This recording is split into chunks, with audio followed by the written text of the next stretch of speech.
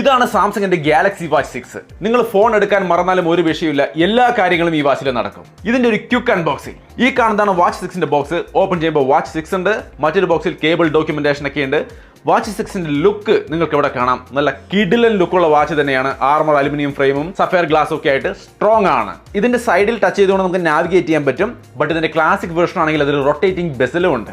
മാത്രമല്ല ഇതിന്റെ ഡിസ്പ്ലേ നല്ല കിഡിലൻ ആമോലെഡ് ഡിസ്പ്ലേ ആണ്.